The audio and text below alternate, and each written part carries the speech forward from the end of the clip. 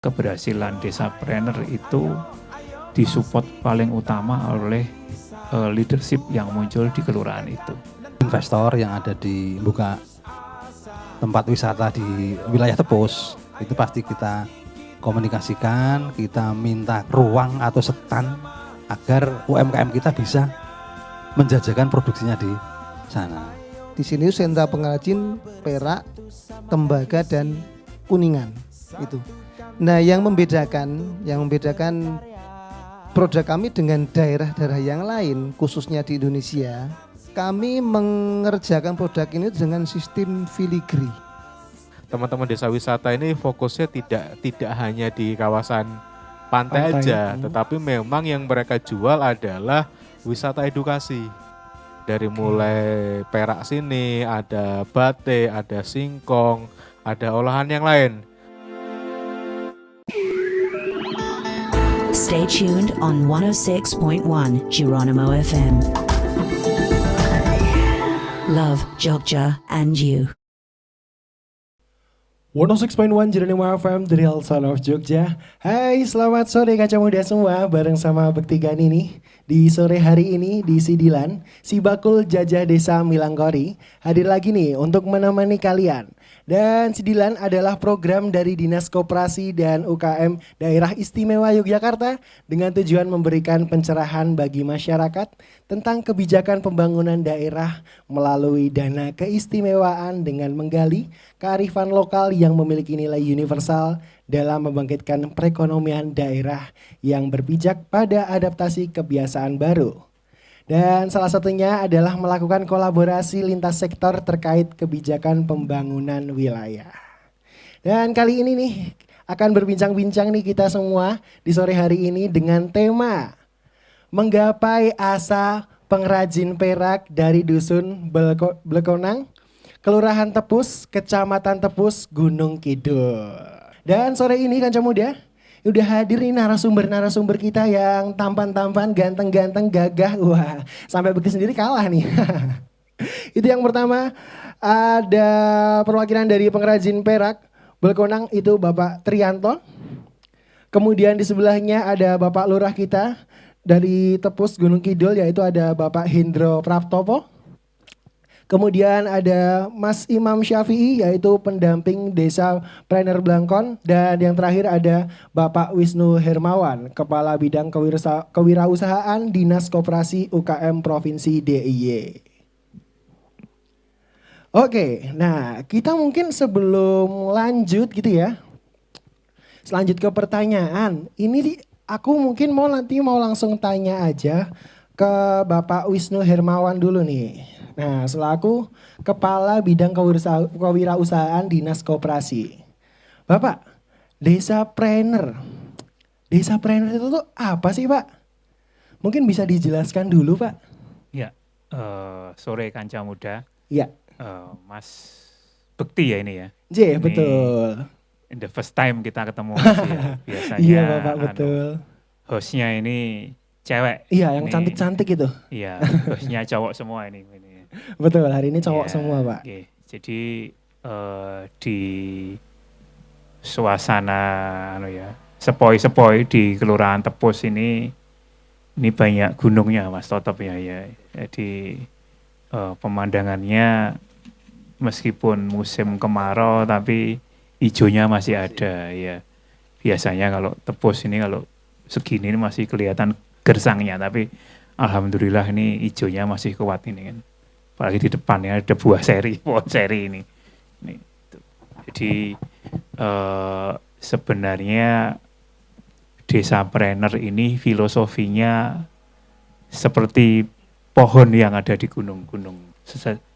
Gunung Seribu. Dia bisa tegak berdiri, meskipun lingkungannya itu kemudian gersang.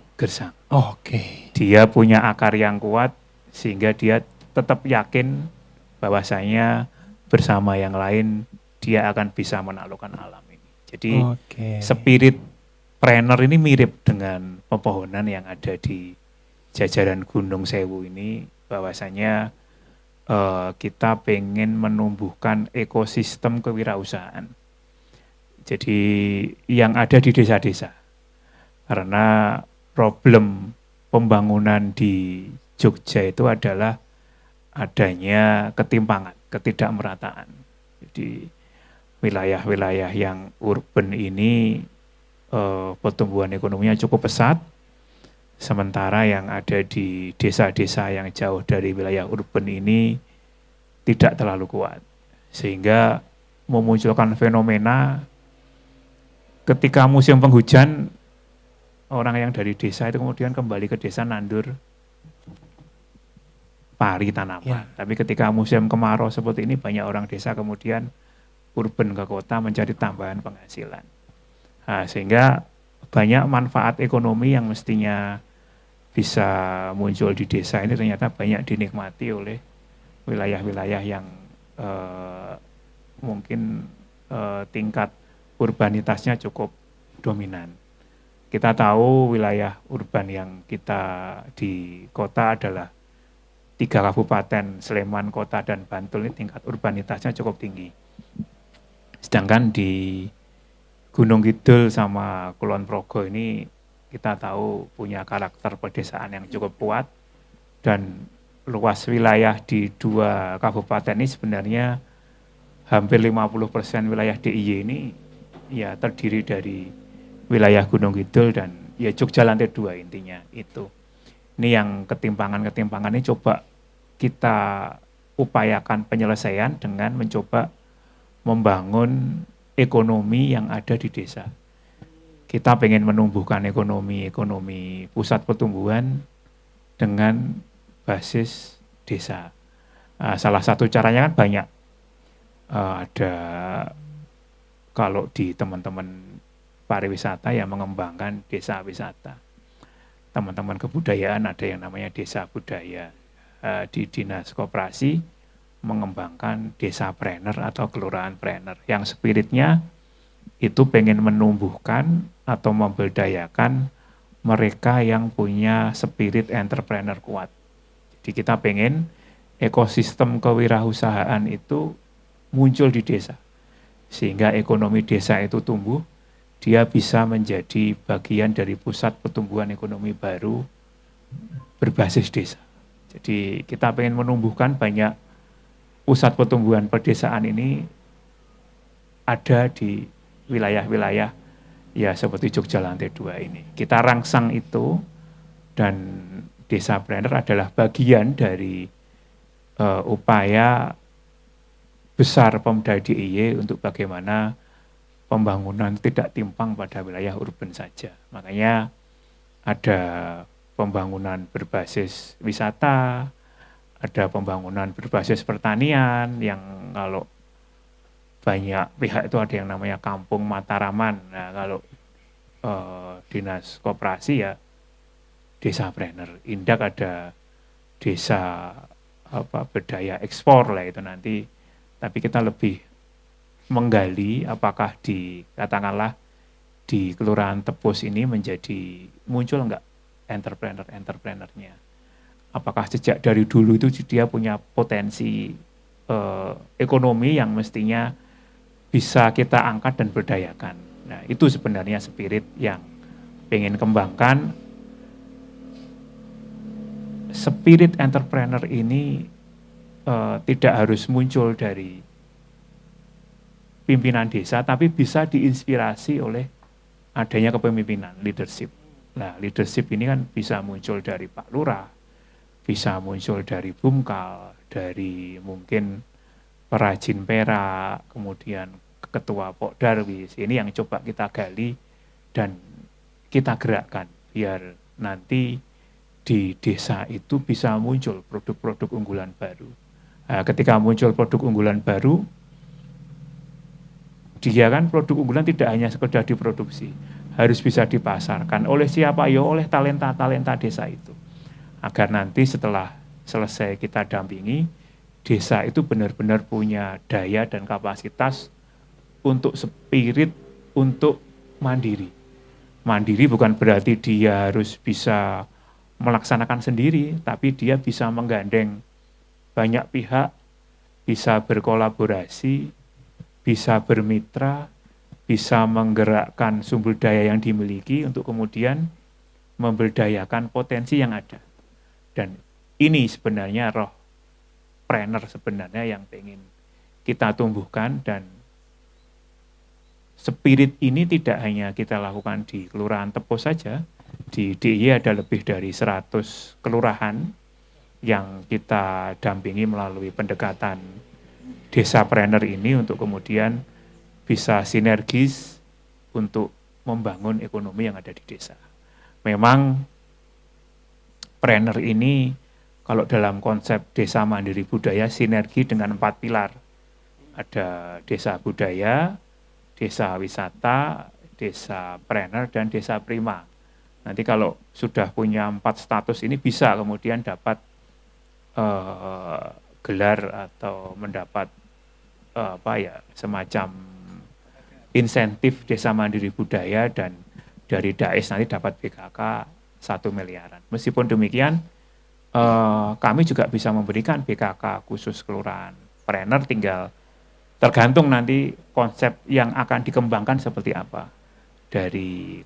Contohnya dari Tepus, kalau memang nanti yang dikembangkan lebih cenderung konsen ke wisata, ya nanti share kegiatan wisata apa yang mungkin bisa kita akselerasikan. Kalau yang nanti yang dikembangkan lebih ke kerajinan perak, bisa nggak kerajinan perak yang ada di Dusun Blekonang ini bisa kemudian kita bangkitkan kembali secara lebih lebih kuat, dorongannya lebih intensif dengan beberapa insentif yang coba nanti kita berikan.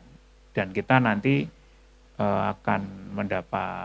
saya akan menunggu masukan dari teman-teman pendamping, dari Pak Lurah, dari perajin perak yang ada di sini, untuk sebenarnya potensi perak yang ada di sini punya potensi untuk dikembangkan ketika kemudian di sentra wisata Tepus ini sebenarnya sudah banyak destinasi.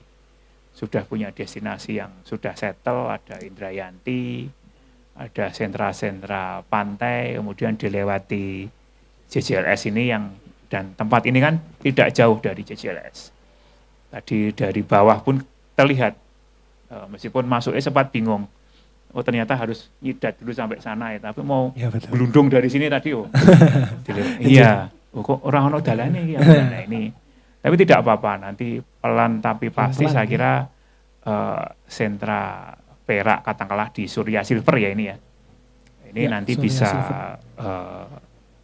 dikembangkan kalau memang nanti Pak Lurah mengamini, karena Pak Lurah itu adalah kunci ketika nanti bicara DANAES. Kita nggak bisa memberikan support di samping dinas kalau dinas kan biasanya memberikan pelatihan. Tapi support selain itu adalah nanti palilahnya Pak Lurah, proposal dari Pak Lurah yang nanti memungkinkan kita berikan melalui bantuan keuangan khusus dari pemerintah DIY kepada pemerintah Kalurahan. Tinggal nunggu konsepnya Pak Lurah seperti apa. Saya kira itu konsep planner yang bisa saya sampaikan. Oke, itu tadi kan konsep dari desa planner itu sendiri. Dan tadi juga udah dijelasin juga mengenai dan tujuannya tuh apa sih desa planner itu sendiri. Kemudian kalau misalnya nih dari desa planner yang emang sudah ada, itu tuh ada nggak sih tantangannya gitu? Tantangannya dalam mewujudkan desa planner itu sendiri. Mungkin bisa diceritakan? Jadi tantangannya itu sesuai dengan karakter yang ada di desa. Dari 100 memang tidak semua ada yang performance. Ada beberapa yang kurang support juga ada. Jadi saya nggak bisa menyebutkan wilayah-wilayah yang jadi kalau di situ tidak muncul leadership-nya agak berat biasanya. Jadi biasanya keberhasilan desa planner itu disupport paling utama oleh leadership yang muncul di kelurahan itu. Jadi di situ muncul tokohnya enggak? Tokoh yang kemudian menggerakkan sumber daya, dia menjadi sosok entrepreneur yang kemudian bisa mengangkat produk unggulan yang ada di tempat tersebut. Itu berarti Pak Lurah? Tidak Yang harus. Tidak harus Pak Tidak Lurah harus berarti. Pak Lurah. Siapapun yang bisa memimpin. Iya, tidak harus Pak Lurah. Beberapa kami itu leadership bisa ketua bumkalnya, bisa kemudian pelaku ekonominya atau pelaku usaha mikro kecilnya kebetulan dipercaya oleh masyarakat menjadi katakanlah koordinator desapreneur. Mungkin bisa ketua desa prima yang ternyata antara prima dan planner dijadikan satu. Jadi tergantung karakteristik di kelurahan itu nanti yang muncul siapa ini nanti. Bisa jadi ketua desa wisatanya itu. Bisa jadi bukan lurahnya tapi careknya. Mungkin lurahnya pun sepuh, jadi sebagian besar semua komunikasi planner yang mengkomando itu perangkatnya. Care ulu-ulu biasanya bagian besar yang terkait dengan pengembangan ini yang muncul. Kalau di desa itu kemudian leadership-nya nggak kuat, kemudian peserta yang dijaring kemudian tiap tahun gonta-ganti, kami jamin itu kemudian tingkat keberhasilannya agak kurang bisa dipertanggungjawabkan. Tapi ketika sejak awal sudah ada kelompok yang kemudian yakin dan bisa bergerak untuk memberdayakan potensi yang ada di desa itu, tinggal kita kemudian menguatkan saja apa yang dibutuhkan. Biasanya kemudian respon itu akan muncul dari ketua itu. Bahkan Mas Imam kalau tahun depan gini, coba dibangunkan ini, disupport ini, itu bisa nanti kita usulkan melalui namanya BKK nanti. Tinggal proposalnya seperti apa. Memang sekarang kendala pemberian BKK ini adalah saat mau bangun fisik. Nah, saat mau bangun fisik kan harus ada izinnya. Izinnya itu harus diproses N-1 kalau menggunakan izin yang memungkinkan kan menggunakan tanah kelurahan, tanah desa. Nah ini memang tidak bisa langsung, harus diproses izinnya, kemudian ada dokumen yang mendukung tidak. Katakanlah Pak Lurah Tepus, Mas Totok ini mau membangun sentra perak di pinggir JJLS, showroom katakanlah, biar nanti kalau ada wisatawan lewat ini kemudian bisa mampir, katakanlah buat sentra perak di pantai Indrayanti atau Tulawang atau Potunggal atau mana itu nanti apa Celuaan itu Pak Lurah nggak tahu Celuaane ono ora saiki lah itu nanti. Nah ini memang izinnya nanti seperti apa. Nah ini yang sebenarnya banyak problem. Tahun ini kami memotong anggaran beberapa kelurahan yang kebetulan mendapat BKK Planner itu terpaksa tidak kita lanjutkan karena izin dari Pertaru, dari Bapak Gubernur sampai sekarang tidak muncul. Nah ini beberapa kan kelurahan sudah menganggarkan membangun sentra-sentra ekonomi yang cukup bagus, cukup besar, tapi terpaksa tidak bisa kita lanjutkan di tahun ini. Dan pada pengusulan tahap 2 DAIS ini terpaksa kita gunting dulu. Nah nanti kalau memang ke depan Kelurahan Tepus pengen menganggarkan kegiatan masih memungkinkan, mungkin di 2026 Pak Lurah, 2025 sudah ada kandidatnya. Tapi kalau sekarang nanti pengen buat event katakanlah lampion apa festival obor apa di wilayah yang Tepus ini ya belum pernah dilakukan. Kalau lampion di Bantul kan udah ada. Apa sih yang sebenarnya bisa menarik perhatian orang kemudian datang di sini dan itu tidak ada di daerah pantai lain di Jogja. Ini mungkin sangat memungkinkan Pak Lurah sebenarnya kita bisa memberikan support dan nanti syarat kami paling hanya yang penting nanti Dinas Koperasi bisa memberikan ada tenda-tenda produk planner di Kelurahan Tepus itu bisa tampil di situ, kemudian bisa promosi dan mendatangkan banyak orang dan orang itu beli ke tenda-tenda itu. kemasan apapun mungkin bisa. Kalau buat event olahraga kan sudah cukup banyak sekali, kayak run itu banyak, sepeda itu juga banyak. Apa yang belum ada di sini belum, tadi sempat diskusi balon udara itu kan ternyata balonnya tidak terbang lah ini. Iya betul. Nah ini apa itu nanti apa lomba mancing apa mancing masalah jadi Wah, Pak Lurah. jangan dong Pak, jangan. Iya, Malah iya. repot nanti. Mancing lobster apa Wah, bisa itu. Kok yang dipancing malah anak-anak tapi yang besar-besar. Lah itu iya, coba betul. kita gali nanti apa sih sebenarnya yang potensial bisa kita support di Tepus, karena sebenarnya destinasi sentra-sentra wisata yang sudah dibangun di Kelurahan Tepus saya lihat sudah ada di utara kelurahan banyak rest area ya Pak Lurah ya, tadi saya lihat sebenarnya sini sudah berusaha tapi mungkin coba kita hidupkan yang mana, hidupkan di Tepus sisi utara atau di sisi selatan lain nanti dari Pak Lurah itu pengembangannya itu. Oke. Terus Pak, kalau misalnya nih di daerah Gunung Kidul itu sendiri itu kalau misalnya desa planner tuh udah ada banyak kah atau baru desa ini aja? Atau banyak. Udah banyak. Kira-kira berapa Pak itu?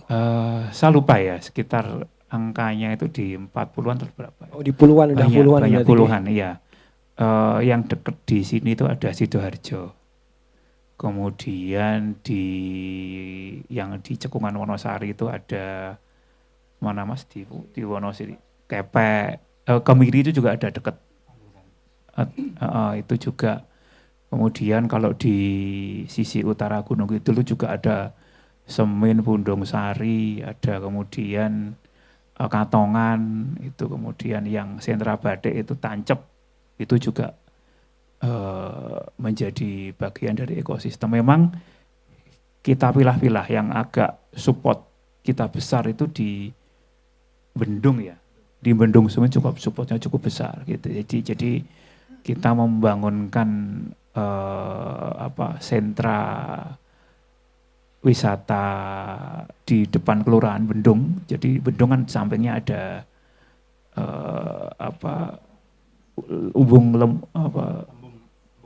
Lumbung Mataraman. Tapi untuk sentra untuk jualan di brand ya di depan kelurahan itu kita yang support dan itu anggarannya besar. 1 miliaran itu di Bendung. Cuman yang di Tepus ini sepertinya sudah banyak yang support, sepertinya sentra wisata terus bermunculan. Lah mungkin pinter-pinternya Pak Lurah, apalagi beberapa kali Tepus dapat penghargaan dari Pak Menteri Pariwisata terkait pengembangan wisata yang ada di Kelurahan Tepus ini, dan destinasinya cukup cantik-cantik di Kelurahan Tepus ini, cukup bermunculan. Dulu kita kenal Indrayanti ya, Pulang Sawal itu, sekarang di timurnya itu juga semakin ramai ya, yang Goa Watu Lawang itu lah, itu ramai sekarang itu. Saya pernah hari Minggu itu ke sana, itu malah anak-anak mahasiswa itu ngumpulnya di sana semua, nginepnya di sana semua. Jadi tidak pernah terpikirkan. Pak Lurah juga pernah mengembangkan Pok Tunggal juga ya.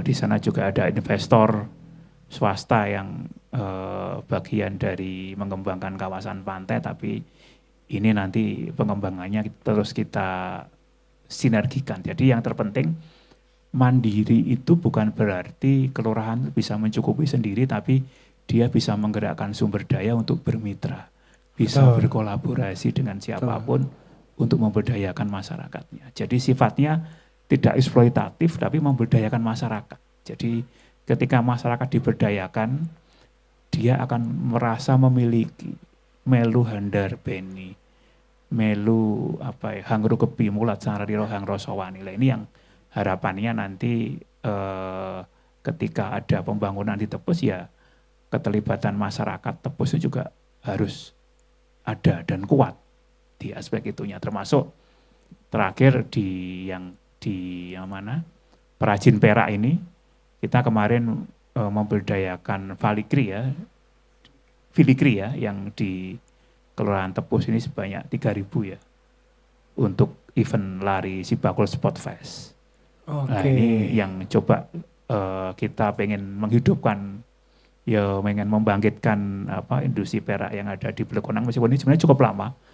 Dan kita pengen bermitra ini dengan para perajin perak. Kebetulan sudah kelurahan Prener juga di Tepus ini, dan ini kalau nanti berhasil bisa nggak ke depannya nanti medalinya bisa diinisiasi dari kelurahan Blekonang ini, dari dusun Blekonang ini. Jadi nanti memang kalau ini sukses ya nanti kan bisa, oh selama ini medali runner kan kalau Jogja medalinya ngimpor.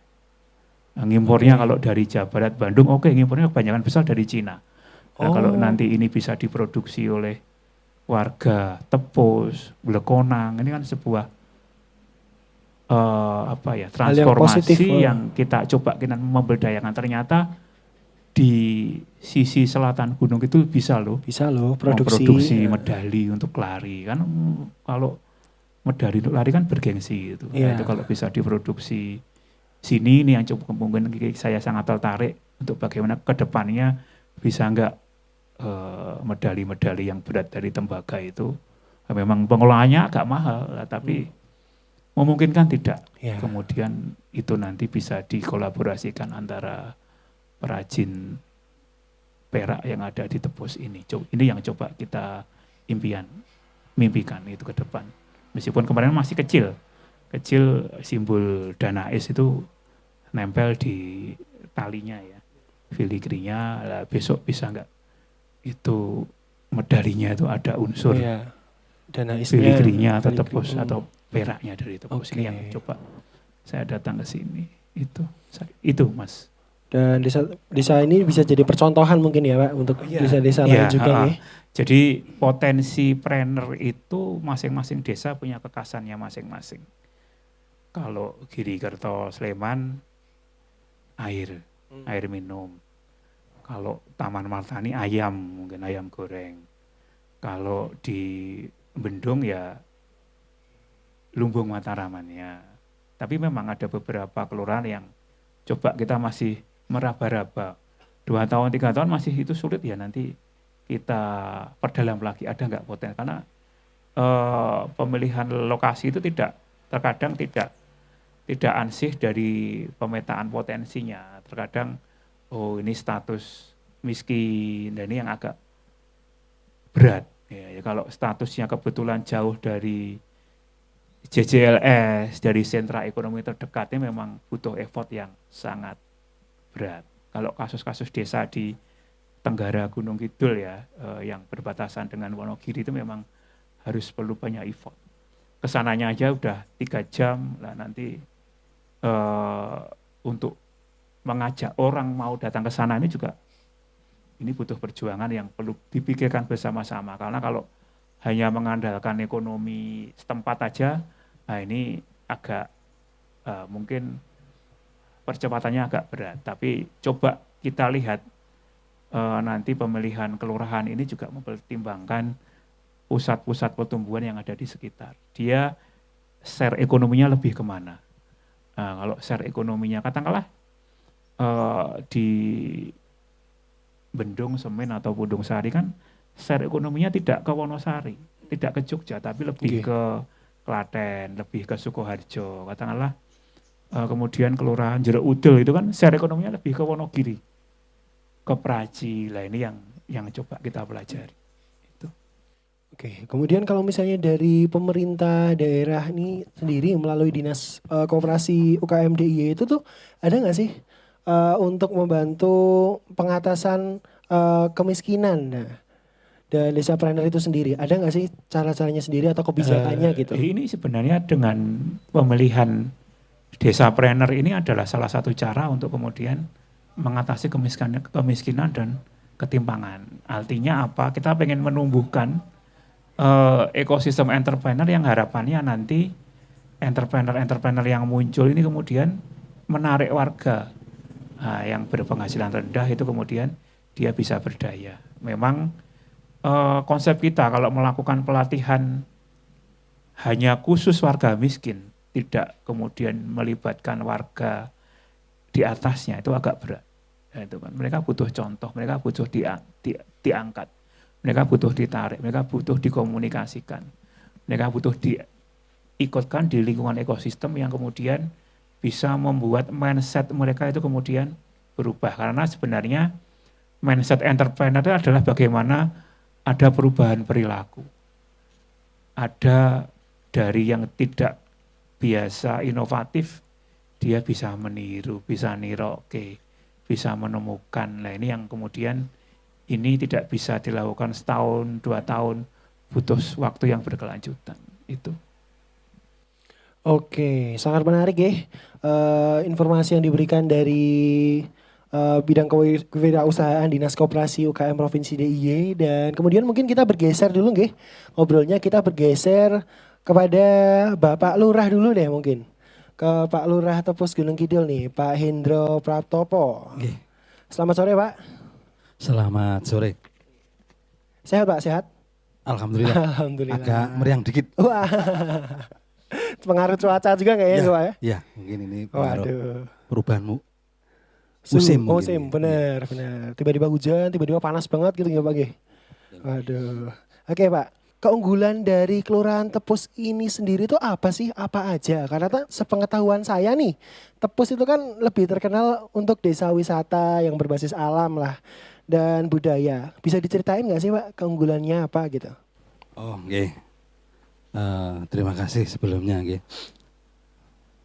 Tepus tetes. Ini saya pakai bahasa campur-campur ya. Nggih, mungkin perlu kami cerita dulu Tepus nih. Tepus, Kelurahan Tepus itu berada di Gunung Kidul bagian selatan. Okay. Yang di kanan kirinya banyak gunung. Tadi sudah disampaikan Pak Wisnu bahwa setiap musim kemarau seperti ini pasti kekeringan. Nah itu juga salah satu mungkin yang menjadi ketika kita buka Tepus itu mungkin salah satu yang muncul juga kekeringan. Itu karena ini menjadi problem kita setiap tahun. Kemudian Tepus sendiri itu mempunyai wilayah yang kurang lebih luasnya itu 2.582 hektar. Nah, dari 2.582 hektar tadi itu terbagi dalam 20 padukuhan. Nah, termasuk ini Blekonang. Blekonang ini ada 3 padukuhan. 3 padukuhan ada Blekonang 1, 2, 3 yang masyarakatnya itu mempunyai kegiatan kerajinan perak tadi. Itu kemudian yang unggulan lainnya Tepus selain desa wisata memang secara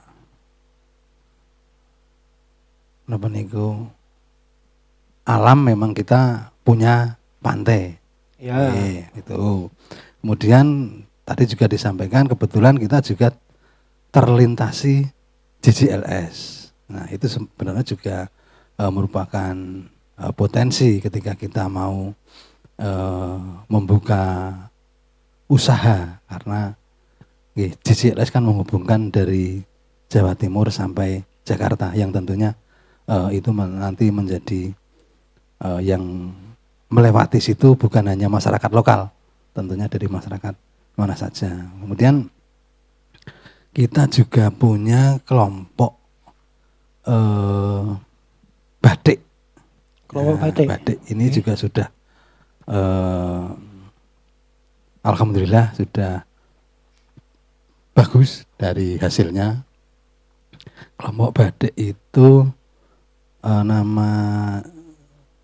namanya Klangenan, Klangenan yang ciri khasnya itu biota laut dan itu sudah dihakikan bahwa ketika itu nanti batik bercorak biota laut itu dari Tepus itu berada di Padukuhan Gembuk sebelah timurnya Blekonang ini. Jadi tadi Pak Wisnu sudah menyampaikan bahwa di Perak ini sudah pesan 3.000 apa tadi Pak? Ya, Walikri. Nah mungkin nanti bisa untuk batik untuk kegiatan apa gitu Pak? Untuk ikut mempromosikan juga. Boleh. Itu. Kemudian yang lain itu karena di sini masyarakatnya itu adalah petani, kemudian ada sentra olahan singkong. Nah, itu juga menjadi unggulan masyarakat kita yang pada saat ini. Kemudian memang untuk trainer sendiri itu kan UMKM gitu. UMKM. Kemudian selama ini desa sudah berusaha untuk memberikan ruang yang seluas-luasnya untuk mereka anggota trainer. Dan ketika kita atau desa itu ada event selalu memfasilitasi, seperti beberapa waktu yang lalu desa ada kegiatan promosi desa wisata. Di sana juga kita ada promosi desa wisata, kemudian juga ada kelompok trainer dan juga kelompok prima. Kita fasilitasi di sana, mereka mempromosikan hasil kerajinan maupun industri mereka. Itu mungkin itu. Oke, berarti unggulannya tadi ada singkong, sentra singkong, terus batik, dan tentunya yang ini perak juga gitu nggih. Oke, kalau misalnya dari tadi ngebahas soal pariwisata gitu kan Cak Muda. Nah, itu tuh ada nggak sih Pok Darwisnya Pak atau kelompok sadar wisatanya gitu? Oh, nggih. Itu ada apa aja mungkin di sini? Kalau Pok Darwis setelah ini ada peraturan dari gubernur yang baru ini bahwa satu desa kan satu Pok Darwis. Tadinya itu setiap pantai itu ada kelompok sadar wisatanya. Oh, Nah, tapi setelah ada peraturan baru ini, kemudian itu SK-nya dari gubernur, itu bahwa satu desa, satu Pok Darwis. Kemudian yang tadinya Pok Darwis di setiap pantai itu menjadi kelompok kerja. Unit daripada Pok Darwis tersebut.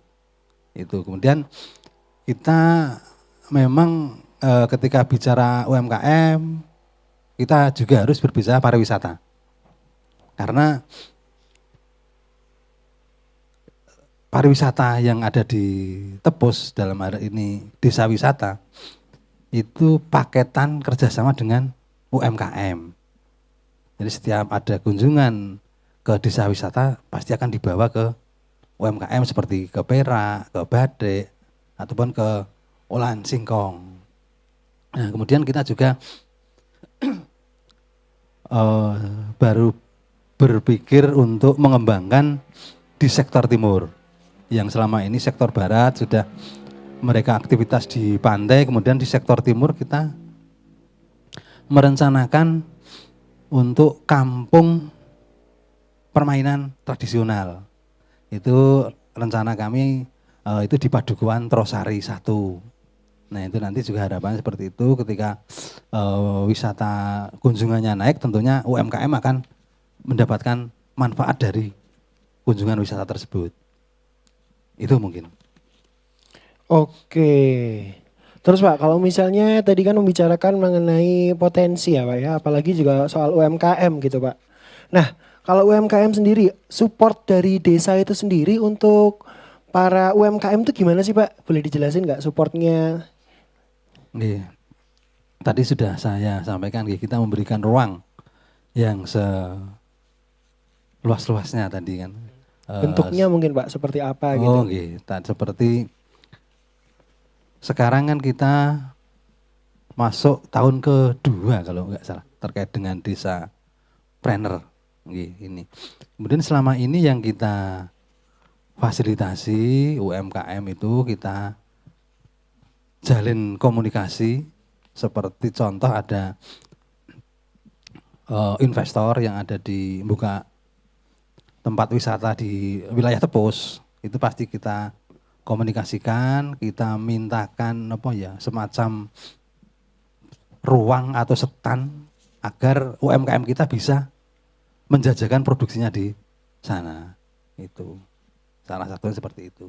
Oke, berarti lebih membantu ke UMKM itu supaya bisa berjualan di berbagai acara, mungkin kayak seperti itu nggih. Betul, nggih. Oke, karena itu juga sangat penting ya Pak nggih, biar supaya lebih bisa dikenal gitu. Apalagi saat acara-acara kadang kan UMKM juga mau tembus ke acara itu sulit gitu kan Pak. Betul, nggih. Jadi dari pihak desa itu sangat membantu di bagian itu salah satunya. Oke, kemudian Pak, kalau misalnya nih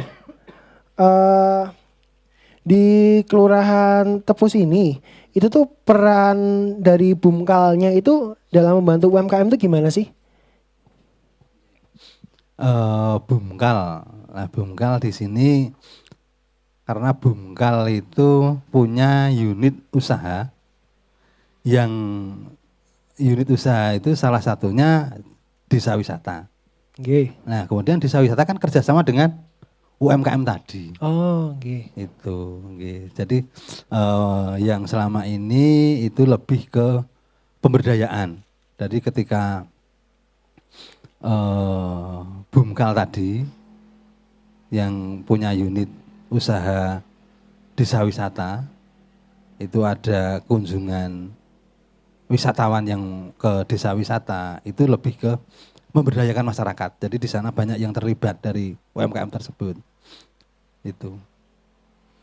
Oke. Terima kasih banyak Bapak Lurah mengenai penjelasannya nggih.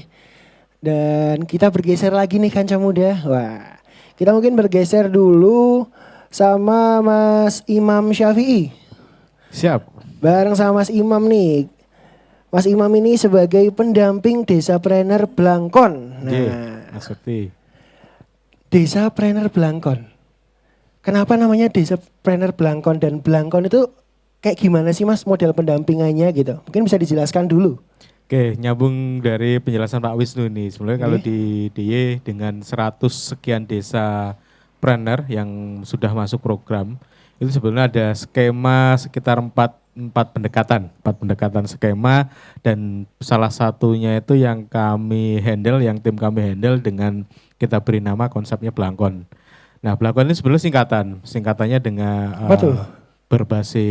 bermuatan lokal, bersaing global, dan satu lagi dia berbasis komunal. Oke. Bermuatan lokal itu yang coba kami jadikan subjek. Kita tidak menyebut teman-teman UKM di desa itu sebagai objek pendampingan ya, tetapi lebih ke subjek. Karena yang pengen kami bangun adalah ekosistemnya. Jadi kalau desa ini ekosistem kewirausahaannya jalan, maka sebetulnya desa ini akan dimudahkan dalam segala hal, termasuk dalam skema pembinaan, aktor lokalnya aktif, bahkan beberapa bisa sampai menjadi marketing hub dari produk-produk potensial yang ada di desa. Makanya kami sebut kawan-kawan teman-teman pelaku usaha ini sebagai subjek pendampingannya.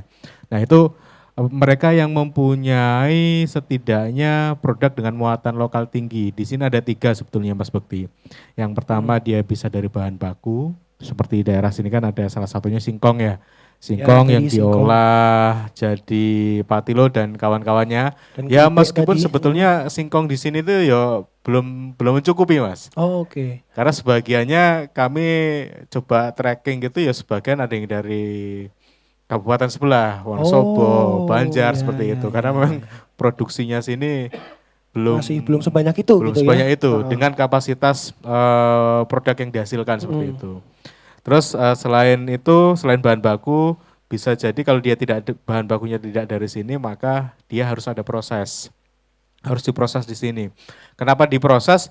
Karena kami berpikir kalau usaha ini berkembang nih, contohnya Surya Silver ini, usaha yang dulu bekerja dari kota gede terus pulang ke sini mendirikan sendiri dan mulai banyak pasar, maka dia pasti akan libatin kanan kirinya. Iya, Nah, iya, seperti Surya Silver ini kan perajin di kanan kirinya juga cukup banyak di kampung-kampung ini. Yang dia sebetulnya bisa menjual sendiri, kalaupun tidak bisa menjual sendiri, bisa semacam holding atau marketing hubnya ya salah satunya si Hmm.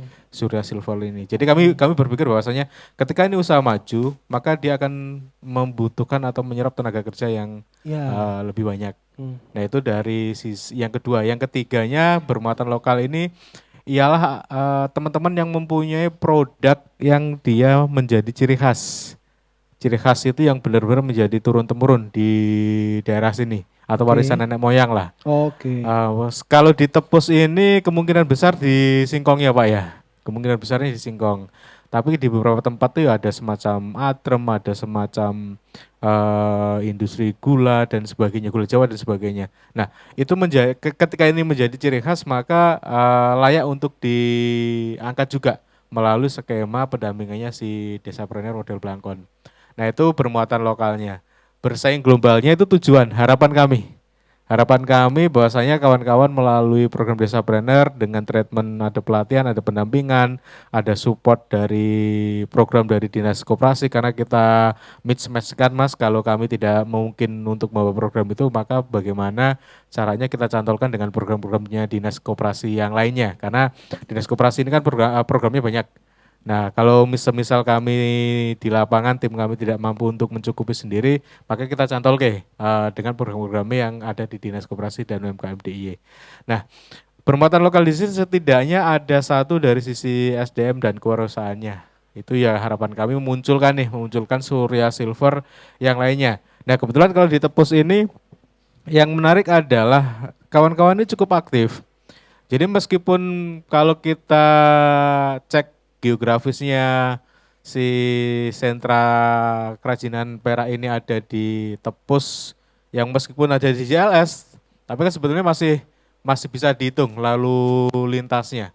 Tapi pasarnya sini gede loh Mas. Pasarnya teman-teman Surya Silver ini besar karena memang Oke. mereka tidak diem aja. Bahkan Pak Heri dan kawan-kawan ini mencoba untuk membuka pasar yang lebih luas lagi dengan pola ikut pameran, bahkan beberapa pameran di Jakarta mereka modalin sendiri Di dengan Jakarta? mandiri, dengan Wow. nyari akses untuk ikut ke sana. Di sisi lain anak-anak mudanya itu mulai aware dengan mencoba buka jalur lewat digitalnya. Oke. Jadi Lewat itulah sosial media terutama betul ya. sosial media dan kawan-kawannya lah. Nah, Hmm. itulah yang membantu si pangsa pasar perak ini meskipun di kota gede rodo surut, tapi di sini masih cukup cukup kencang gitu Mas. Nah, salah satu yang memang apa ya kolaborasinya ada di sana. Jadi teman-teman Tepus itu tidak hanya sekedar bikin terus yuk diem, tapi bagaimana mengelola dengan potensi-potensi yang lain yang bisa membantu akses pasarnya. Nah, itu yang menarik. Nah, kami mencoba untuk kalau bisa dikopas di pelaku-pelaku usaha yang lain, itu sangat menarik. Apalagi ditambah desa wisatanya juga cukup aktif untuk memasarkan potensi yang ada di sini. Bahkan teman-teman desa wisata ini fokusnya tidak hanya di kawasan pantai Pantai. aja, tetapi memang yang mereka jual adalah wisata edukasi. Dari mulai perak sini, ada bate, ada singkong, ada olahan yang lain. Bahkan beberapa kawan-kawan yang tergabung dari Desapreneur ini yang usahanya cukup bagus diproyeksikan untuk menjadi salah satu potensial yang akan dijual oleh si kawan-kawan desa wisata. Nah, model-model seperti ini perlu dikembangkan terus-menerus karena mengingat desa-desa seperti Tepus ini banyak di DIY yang dia secara akses dari kota agak lumayan, tetapi juga mempunyai potensi sebagai tempat wisata, kunjungan wisata. Nah, itu dari sisi SDM dan kewirausahaan. Terus termasuk dari sisi pasar juga. Ya. Dari sisi pasar, nanti dari sisi kelembagaan, termasuk izin dan sebagainya. Terus juga dari sisi produk, dari sisi kualitas, kemasan dan sebagainya. Nah, itu harapannya bersaing global. Terus yang ketiga itu berbasis komunal, itu spiritnya Mas. Karena jujur saja kami kebetulan dari Dinas Koperasi ini sama Pak Wisnu didahului sekitar 36 desa dari yang tahap 1, tahap 2, tahap 3 dan sudah kita coba lepas itu totalnya kalau kami hitung sekitar 36-an desa. Nah, eh di lapangan kita nggak bisa jalan sendiri rupanya. Karena bagaimanapun karena misi kami ini ekosistem yang kita pengen bangun, maka keterlibatan stakeholder yang ada di desa kita butuhkan. Satu, keaktifan dari para pelaku usaha yang tergabung dalam skema Desapreneur. Yang kedua, dari sisi kelurahan. Ada pelaku usaha, si komunitasnya ini bagus, tapi kalau dari kelurahan tidak support, tidak nyambung, diajak komunikasi, diajak rembukan, ya stuck seperti itu. Ada yang kelurahannya bagus, cuma mencoba untuk mencoba untuk mendorong si pelaku UMKM, tetapi memang secara SDM-nya masih gitu-gitu aja, ya bisa jadi stuck. Maka keduanya itu harus ngeblend. Kelurahan punya support yang baik, ngasih ruang seperti Pak Lurah, si teman-teman pelaku UKM juga sama, punya inisiatif untuk terus mengembangkan si ekosistem ini. Terus juga stakeholder yang lain seperti ada desa wisata atau Pok Darwisnya, ada anak-anak mudanya, kita coba libatin. Sehingga di situ muncullah ekosistem yang kuat. Iya, sebenarnya misinya ada dua. Selain kita konsentrasi ke ekosistem, kita juga konsentrasi ke masing-masing individu. Masing-masing individu ya tetap kita sentuh dari sisi produk, kemasan, kewirausahaannya dia, keuangannya dia, dan sebagainya. Tetapi goal yang lebih besar adalah bagaimana ini tercipta kolaborasi yang baik di setiap desa ini. Nah, itu konsepnya Mas dari Desapreneur model Blangkon. Tantangan pendampingan dari model Blangkon itu apalagi di Kelurahan Tepus ini tuh gimana Mas? Kalau ngomongin Kelurahan Tepes ini menjadi salah satu kelurahan yang kami anggap cukup baik. Cukup Oke. baik itu satu dari kepesertaan pelaku usahanya, dua dari progresnya. Mereka cukup aktif untuk mengikuti berbagai macam event. Kalau ada event tuh Pak Heri, ketua prenernya selalu mengkoordinir anggota-anggotanya untuk ikut, meskipun kadang ya sok ngeluh gitu kan. Wes melu nang kono nang rada sing payu gitu kan. Nah ya gak apa-apa, itu bagian dari proses lah, Iya, bagian dari seenggaknya proses. awareness-nya dapat ya, Prosesnya awareness-nya ya. dapat. Terus kolaboratif dengan kelurahannya pun juga sama. Ini kita juga mulai sounding ke Pak Lurah nih. Pak Lurah, mbok mau makan mintennya ini, makan dan minumnya kelurahan ini sebagainya dikasih ke teman-teman trainer gitu. Biar mereka secara kelembagaan ini mulai punya ruang gitu Pak. Ya semoga aja. Tapi sudah kita pancing kemarin dari kegiatan kita yang belum lama kemarin kita kerjakan, untuk pengadaan makan minumnya coba kita kasih ke teman-teman trainer. Maksud kami biar ya pasti karena mereka akan menggilir untuk ke anggota-anggotanya. Hari ini siapa, hari ini siapa, hari ini siapa. Karena salah satu yang menurut kami bagus hari ini yang model seperti itu ada di Terong. Di Terong itu tahun pertama kami anggap kurang lah. Tapi tahun kedua ini kita inisiasi, hampir semua pengadaan makan minumnya kelurahan itu dihandle sama teman-teman planner. Hampir setiap hari mereka ya bikin snack, ya bikin nasi box dan sebagainya. Artinya kan sebetulnya ini salah satu wujud wujud beneran gitu loh, ngasih ruang kepada teman-teman UKM. Nah, kalau ngomongin Tepus, kami anggap sebagai salah satu desa planner yang cukup progresif dengan keterlibatan si kawan-kawan ini gitu. Makanya selalu saya bilang ke Mas Ululu, teman-teman dari Pok Darwis, yo kalau nanti ada ruang untuk pengajuan BKK, sebetulnya kami tidak ada hal yang tidak untuk merekomendasikan gitu kan. Cuma ya nanti tergantung konsepnya Pak Lurah, karena kami berharap kan BKK ini kalaupun nanti bisa masuk, ya pastinya punya rencana besar ke depannya mau ngapain seperti itu. Nah, kalau tantangan sendiri yang paling banyak itu ada ini nggak bicara Tepus ya, tapi bicara global. Ada di yang seperti saya bilang tadi, mismatch-nya antara si pelaku usaha, komunitas atau yang tergabung dalam planner ini dengan si kelurahan. Ada yang komunitasnya bagus tapi kelurahannya belum begitu support. Ada yang kelurahannya memberikan ruang tapi SDM di sini kurang. Jadi kita memang mencoba meta nih, kalau kurang-kurang kayak gini gimana solusinya? Kita perlu, tim kami juga pasti setiap tahunnya pasti akan ngasih ngasih insight-insight baru ke teman-teman di setiap kelurahan ini. Memang itu tantangan Mas, karena balik lagi di pendampingan ini kan sifatnya kesukarelaan ya. Jadi tidak ada fasilitas apapun selama mengikuti pendampingan, hanya saja mereka dituntut untuk aktif. Nah kadang-kadang terutama di desa-desa yang agak masih punya mindset kurang gitu, pendampingan orang opo-opone garingan gitu, ya males teko gitu kan. Betul. Harus setuju. ada, kalau kebiasaannya kegiatan di instansi dinas ini kan makan minum dikasih termasuk transportnya tuh Mas. Nah kadang di Ya. pendampingan itu memang sengaja dicoba Hmm. bahwasanya pendampingan tidak ada support apapun, tidak ada transport, tetapi bagaimana ini si pendampingan tetap jalan dan aktif karena nggak sekali dua kali pendampingan kita. Cukup panjang, bahkan kita target di sekitar 16 kali pertemuan di setiap tahunnya. Meskipun tidak setiap minggu, nanti tergantung kesepakatan dah sama teman-teman pelaku usaha. Oke, berarti kalau di Desa Tepus ini sudah berjalan berapa tahun? Ini tahun kedua. Udah tahun kedua. Tahun kedua. Berarti dalam 2 tahun ini Mas lihatnya gimana nih Desa Tepus? Apa itu kemajuannya bagus apa gimana nih? Cukup baik. Cukup Cukup baik. baik. Kalau dibilang bagus banget, ya masih ada desa yang lebih bagus. Tetapi setidaknya, karena kan kita punya leveling ya, desa yang kurang-kurang, biasanya ya kalau ngobrol sama Mbak Ratna sama Pak Wisnu, ada nggak sih skema yang misalnya nge-cut program desa partner sebelum habis tahun ketiga gitu? Karena memang sudah kita coba tahun pertama, tahun kedua kok ya masih sama-sama aja gitu kan. Tapi tepus ini saya bilang tadi, kalau misalnya ada rekomendasi BKK, kita tidak ada hal yang membuat menolak merekomendasikan. Artinya ini tepus cukup baik untuk secara potensial ada, secara ekosistem mulai jalan. Tinggal bagaimana ya PR-nya memang ketika ngobrol dengan teman-teman kalurahan perangkat, PR-nya memang di konsep.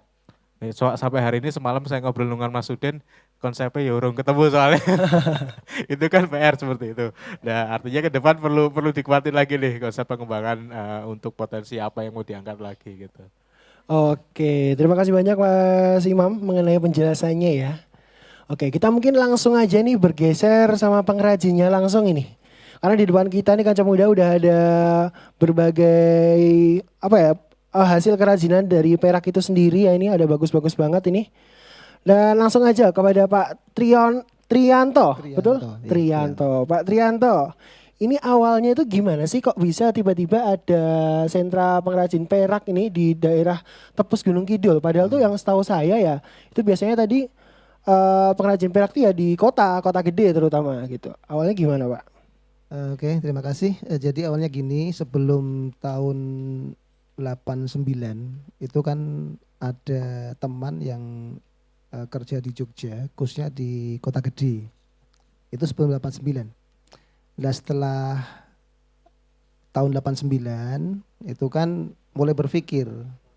Jadi mulai berpikir karena di Blekonang khususnya itu kan waktu itu butuh sekali pekerjaan, artinya saya tidak makan banyak pengangguran, tapi memang ada beberapa pengangguran yang butuh pekerjaan. Nah karena ada keinginan gimana teman-teman itu bisa mengangkat pengangguran yang ada di Blekonang, artinya pada tahun 89 itu mencoba mengerjakan produk ini di rumah, itu awalnya. Nah setelah beberapa tahun mulai berjalan itu alhamdulillah, jadi teman-teman itu awalnya memang pesimis. Ini kerajaan terlalu kecil karena memang belum kenal itu kan. Tapi lama kelamaan karena keunikannya, karena mungkin kerumpitannya itu justru menimbulkan rasa penasaran, rasa main ingin lihat, awalnya ingin lihat. Kemudian teman-teman mulai mendekat, mulai melihat, mulai karena ternyata itu menghasilkan sebuah produk, kemudian membantu ekonomi di keluarga, itu mulai tertarik, kemudian mulai belajar. Gitu. Jadi awalnya dari Kota Gede, kemudian mengerjakan di sini, kemudian masyarakat sini, teman-teman sini itu mulai belajar dan akhirnya mulai mengerjakan produk-produk itu di dusun kami, khususnya di Blekonang 1, 2, dan 3 itu awalnya. Oke, kalau misalnya dari kerajinan perak di daerah sini sendiri, itu tuh ada nggak sih hal yang uniknya dibanding yang lainnya gitu? Salah satu yang menonjol gitu. Oh iya, kalau secara umum produk kami sama. Jadi tembaga. Jadi perlu kami garis bawahi ya. Jadi produk kami itu bukan hanya perak tok. Jadi ada di sini sentra pengrajin perak, tembaga, dan Kuningan itu. Nah, yang membedakan produk kami dengan daerah-daerah yang lain, khususnya di Indonesia, yang membedakan itu seperti yang disampaikan tadi oleh Bapak Wisnu tadi itu, kami mengerjakan produk ini dengan sistem filigree. Itu yang membedakan. Artinya itu yang menonjol, itu yang menjadi keunggulan produk kami. Jadi filigree itu sebuah anyaman yang terbuat dari benang-benang logam. Oh, Itu. benang-benang logam. Dan itu sekali lagi, itu yang tidak bisa ditembak dengan mesin. Karena semua itu kami kerjakan dengan tangan, itu uniknya. Jadi mesin kelihatannya sama, misalnya satu produk ini dengan produk, misalnya ada 2 produk ya. Kelihatan sama, tapi sebenarnya itu beda. Kalau dilihat itu beda. Misalnya ada 2 becak, 2 becak yang sama persis. Kalau kita lihat secara umum kayaknya sama. Tapi ketika kita lihat dengan detail, itu ternyata beda, ada perbedaan. Dan itu yang membuat produk kami itu jadi unik. Jadi sebuah keunggulan produk kami itu, sistem filigree. Oke, berarti teknik filigree itu tadi ya? Itu sebuah teknik ya berarti? Iya, sebuah teknik filigree. Teknik. Oke, berarti juga awalnya itu dulu dari teman nggih. Tadi dari teman, terus juga mulai memberdayakan masyarakat sekitar nggih berarti nggih? Ya, salah satu teman yang gigih dalam usaha ini adalah beliau Bapak Supriyadi. Tapi karena beliaunya saat ini ketua Sentra Industri Kerajinan Perak, Tembaga dan Kuningan Silver. Tapi saat ini memang beliau kebetulan ada event pameran di Jakarta 3 hari yang lalu berangkatnya.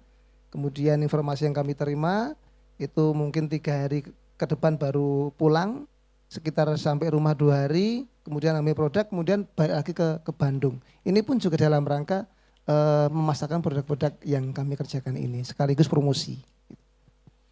Oke, mungkin bisa dijelaskan sedikit Pak mengenai tantangannya selama ini deh dalam membangun bisnis ini tuh sampai titik ini tuh gimana sih?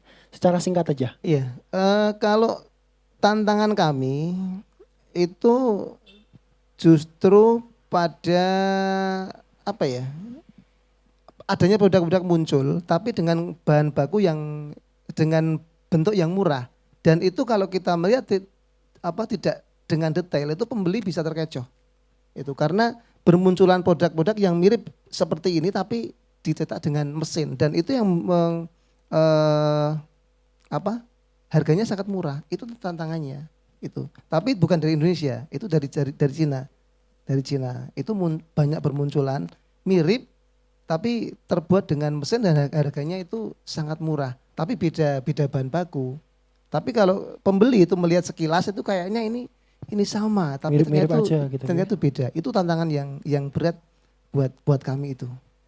Berarti tantangannya untuk lebih ke gimana sih cara supaya nih masyarakat tidak terkecoh ya, dan biar lebih tahu nih gimana nih yang asli buatan tangan sama yang asli dengan mesin. Yang mesin tuh gimana gitu. Iya, itu. Oke, karena masyarakat kadang juga membanding-bandingkan ya, kok ini sama, cuman kok ini lebih mahal, Iya, kenapa? biasa Gitu, pembeli itu seperti itu. Kadang melihat di pameran itu ini kok sama-sama wayang, tapi hanya sekilas melihatnya gitu. Tapi ternyata kalau sayangnya jadi tidak melihat dengan detail, cukup melihat bentuknya, kemudian membedakan harganya, udah beli yang murah itu. Itu tantangannya. Oke Pak, kalau sedikit deh. Ini kalau misalnya kita lihat dari pekerjanya deh, pekerjanya itu dilihat dari sekitar, warga sekitar atau gimana? Maksudnya gimana? Selama ini yang bekerja di sini, itu tuh warga-warga sekitar sini atau bagaimana nih? Iya, yang mengerjakan produk kami itu warga di Blegonang 1, 2, dan 3 itu yang menjadikan. Jadi di sini itu ada 33 kelompok yang mengerjakan itu, dan semua hitungan kami itu ada 153 orang yang mengerjakan produk seperti ini. Tapi tidak semua mengelompok. Artinya ini ketika di proses awal, di pertengahan itu kan bisa dikerjakan di rumah masing-masing.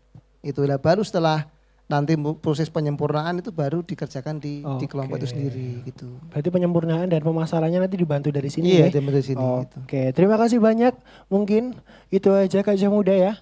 Tadi juga kita udah ngobrol-ngobrol nih mengenai tema hari ini, yaitu tadi menggapai asa pengrajin perak dari Dusun Blekonang, Kelurahan Tepus, Kecamatan Tepus, Gunung Kidul. Tadi juga udah ngobrol bersama Bapak Wisnu Hermawan tadi dari Kepala Bidang Kewirausahaan Dinas Koperasi UKM Provinsi DIY. Terus tadi juga sama Mas Imam Syafi'i, itu pendamping Desa Planner Belangkon. Kemudian ada Bapak Lurah Tepus tadi, ada Pak Hendro Praptopo, kemudian ada perwakilan dari pengrajin perak Blekonang yaitu Bapak Trianto. Oke Kaca Muda, terima kasih banyak. Terima kasih banyak untuk pembicaraan kita sore hari ini, nggih. Dan kita harapkan ini mampu memberikan inspirasi dan menumbuhkan minat berwirausaha bagi masyarakat sehingga perekonomian itu bisa tumbuh seiring dengan diterapkannya era kebiasaan baru dan menumbuhkan mindset kewirausahaan melalui pemberdayaan UMKM secara kolaboratif. Dinas Koperasi dan UKM DIY melalui Sibakul Jogja terus memberikan layanan dan fasilitas bagi UMKM untuk terus bertumbuh, berkembang, dan naik kelas. Dan tentunya didukung juga sepenuhnya oleh Dana Keistimewaan Yogyakarta. Dan sekali lagi terima kasih banyak untuk Bapak-Bapak dan Mas semua. Sampai ketemu lagi di episode Dilan selanjutnya. Dan Bekti Gani pamit, love Jogja and you. Bye-bye, Kanca Muda.